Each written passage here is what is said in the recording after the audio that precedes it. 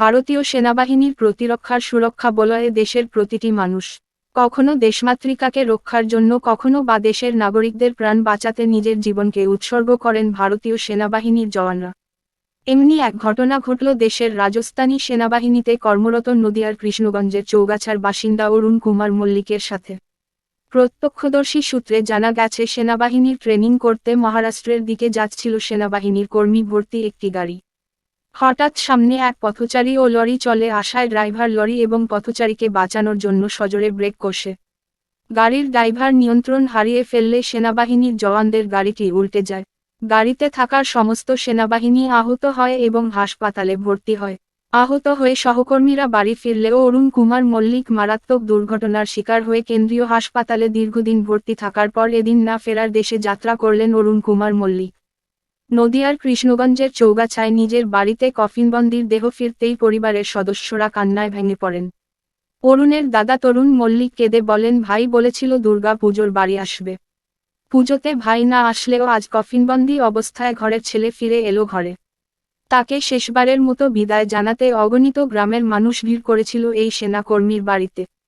পড়াশোনা খেলাধুলাতে যেমন তুখর ছিল অরুণ, তেমনি দেশের দায়িত্ব নিজে কাঁধে তুলে নিয়ে এলাকার নামকে করেছিল গৌরবান্বিত।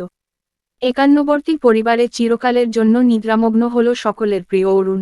এদিন কফিনবন্দি অরুণকে দেখে স্থানীয় বাসিন্দারা কান্নায় ভেঙে পড়লেন।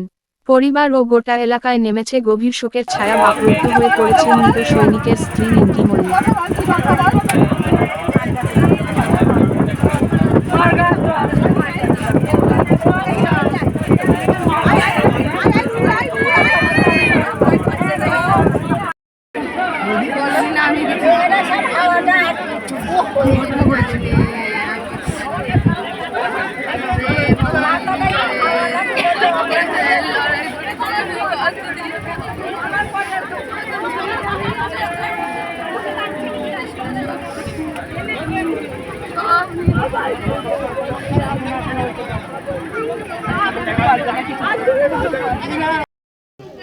আমি জানি না।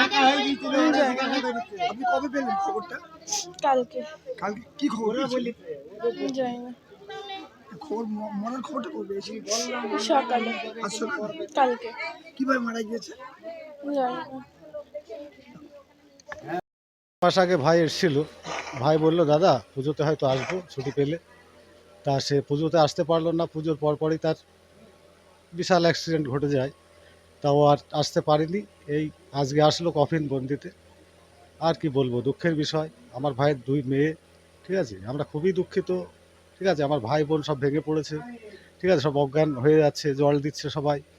কি আর বলবো বলেন, ভাই তো আর ফিরবে না, এই শেষ। আপনার নাম?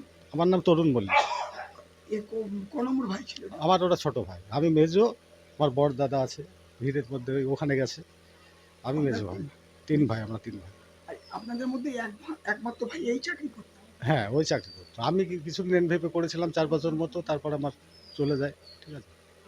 আর দাদা ভাই প্রথমে আন্দামান থাকতো, বর্দা সোনার দোকান ফোকান আছে। পরিবারের পাশে দাদা হিসেবে কিভাবে দাঁড়াবেন? আমি দেখবো, এখন ভাই তো চলে গেল, তার মেয়ে ফেয়ে 2টো মেয়ে, আমরা যতটা পারি চেষ্টা করব, যতটা সাধ্য দেখার দেখবো, ঠিক আছে। কিন্তু আমাদের ফ্যামিলিতে কোনো প্রতিদ্বন্দ্বিতা জীবনে নেই, আর আশা করি আর থাকবোও না। ভাই তো গেছে, মেয়ে ফেয়েদের আমাদের গার্জেন হিসাবে দেখতে হবে। আর কি বলবো বিষয় বলুন, তাছাড়া তো আমাদের কিছু দুঃখের বিষয়, আর কিছু বলার তো নেই। বলুন, দেখবো যতটা পারি আমরা দেখবো, ঠিক আছে, চেষ্টা করবো। আমার নাম তরুণ মল্লিক। এক সেনাবাহিনী কর্মী কফিন বন্দি দেহ, মৃতদেহ বাড়িতে। প্রথমেই বলি, আমার নাম তাপস সরকার। আমি এই ছেলেটার গ্রামেরই একটি ছেলে। আমিও একজন সেনাবাহিনীতে কর্মরত ছিলাম এবং আমি রিটায়ারমেন্ট নিয়েছি জানুয়ারিতে। এবং যে অবস্থায় ঘটনাটি ঘটেছিল, সেই সময় আমি যে হসপিটালে ওকে পুনা কমান্ড হসপিটালে নিয়ে আসা হয়েছিল, তখন আমি ওর পাশেই ছিলাম। তো সেই মুহূর্তে আমি যেটুকুনি জানতে পেরেছি যে ও একটা এক্সারসাইজ কমপ্লিট করে নিজের ইউনিটের দিকে ফিরছিল। একটা লরিকে বাঁচাতে গিয়ে সেই আমাদের সেনাবাহিনীর গাড়িটি মানে সাইড দিয়ে লরিটিকে বাঁচাতে গিয়ে একটা দুর্ঘটনার শিকার হয়, যার ফলে ওই গাড়িতে অনেকেরই ক্ষতবিক্ষত হয়েছে এবং এই ছেলেটির গুরুতর আহত ছিল। সঙ্গে সঙ্গে ওকে কমান্ড পুনা হসপিটালে নিয়ে আসা হয় এবং ছেলেটি সেই সময় আমি ওই হসপিটালে প্রেজেন্ট ছিলাম এবং ছেলেটি ভালো রিকভার করে গিয়েছিল।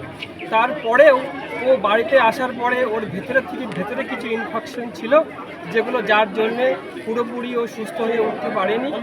আর পরবর্তীতে আমরা 7-8 মাস পরে আস্তে আস্তে ওর সঙ্গে আমার কথাবার্তা হতো। রিসেন্ট 1-2 মাসের মধ্যে ও খুবই অসুস্থ হয়ে পড়ে। আর রিসেন্টলি আমরা জানতে পারি এর মধ্যে যে উনি আমাদেরকে ছেড়ে চলে গেলেন। আপনার নাম? আমার নাম তাপস সরকার। এই যে প্রতিবেশী একজন মারা গেল, আপনি পাশে দেখেছেন, আজকে এত দুঃখিত, কি বলবেন পরিবারকে?